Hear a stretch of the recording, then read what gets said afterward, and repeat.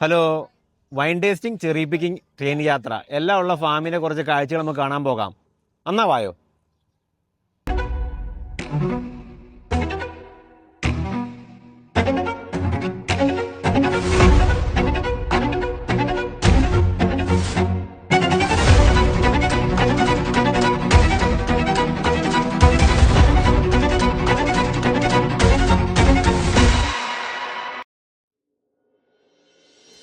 ഒണ്ടാരിയോയിലെ ഹാമിൽട്ടണിലാണ് ഈ ഫാം സ്ഥിതി ചെയ്യുന്നത്.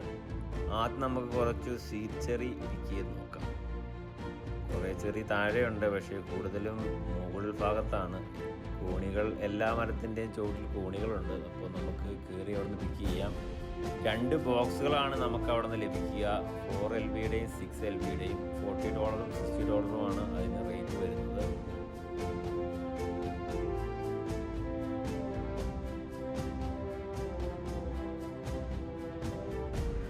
ഏകദേശം 100 ഏക്കറിൽ വ്യാപിച്ച് കിടക്കുന്ന ഒരു കുടുംബ ഉടമസ്ഥതയിലുള്ളതാണ് ഈ ഫാം. ഇവിടെ വിവിധ തരത്തിലുള്ള വൈനുകളും സൈട്രസുകളും നമുക്ക് ടേസ്റ്റ് ചെയ്യാൻ സാധിക്കും. ഫ്രൂട്ടുകൾ എന്ന് പറയുമ്പോൾ സ്ട്രോബെറി ഉണ്ട്, റാസ്ബെറി ഉണ്ട്, ബ്ലൂബെറി ഉണ്ട്, ആപ്പിൾ ഉണ്ട്, എല്ലാം ഉണ്ട്. ഓരോ സീസൺ അനുസരിച്ച് എല്ലാം അവൈലബിൾ ആണ്. ഇവിടെ പോകുന്നവർ കറക്റ്റ് ഏതൊക്കെ മാസങ്ങളിൽ ഏതൊക്കെ അവൈലബിൾ ആണെന്ന് അവരുടെ വെബ്സൈറ്റിൽ കൊടുത്തിട്ടുണ്ട്. അത് ചെക്ക് ചെയ്തിട്ട് വേണം അവിടെ പോകാൻ.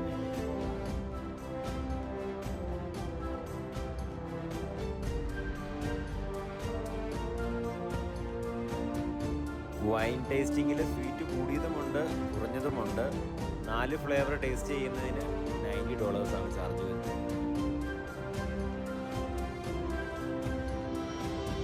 ഈ ഫാമിലെ ഏറ്റവും അട്രാക്ഷൻ ഈ ഫാമിൽ കൂടിയുള്ള ട്രെയിൻ യാത്രയാണ്. ഏകദേശം 20 to 25 മിനിറ്റ് ആണ് ഇതിൻ്റെ ഡ്യൂറേഷൻ വരുന്നത്. $9 ഒരാൾക്ക് റേറ്റ് വരുന്നത്. ഈ ഫാമിൽ പല പല ഏരിയകളിലായിട്ട് പലതരം ഫ്രൂട്ട്സുകളുണ്ട്. അവയെല്ലാം നമുക്ക് ട്രെയിൻ യാത്രയിൽ കൂടി കാണാൻ സാധിക്കും.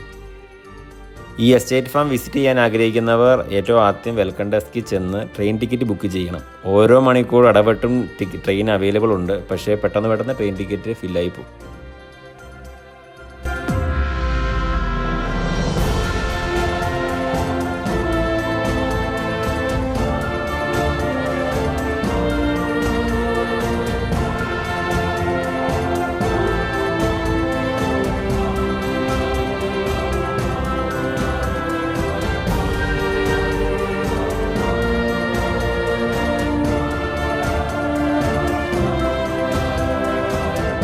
ആയിരത്തി 1797 ഈ എസ്റ്റേറ്റ് ഫാം ഇവിടെ സ്റ്റാർട്ട് ചെയ്യപ്പെട്ടത്. പുതുമയേക്കാൾ പഴമയ്ക്ക് കൂടുതൽ ഇമ്പോർട്ടൻസ് കൊടുക്കുന്നതായി എനിക്ക് തോന്നി.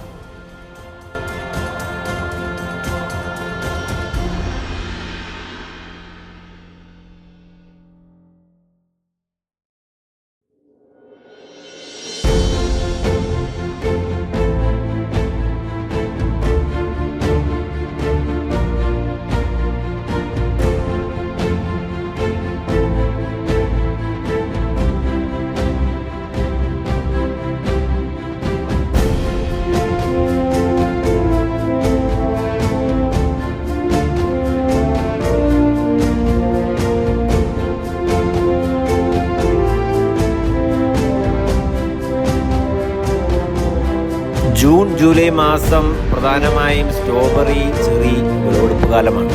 ഞങ്ങൾ ഫാം വിസിറ്റ് ചെയ്യുന്ന സമയത്ത് ധാരാളമായ സ്വീറ്റ് ചെറിയും സോർ ചെറിയും ഉണ്ട്. സ്വീറ്റ് ചെറി പിക്ക് ചെയ്ത് കയറി കുറച്ച് ദൂരെ മാറിയാണ് സോർ ചെറി പിക്ക് ചെയ്യുന്നത്. നമ്മൾ ട്രെയിനിൽ യാത്ര ചെയ്യുന്ന സമയത്ത് സോർ ചെറി പിക്ക് ചെയ്തിട്ട് തിരിച്ച് ഫാക്ടറി കയറുന്ന കുറേ ആൾക്കാർ നമുക്ക് കാണാൻ സാധിക്കും.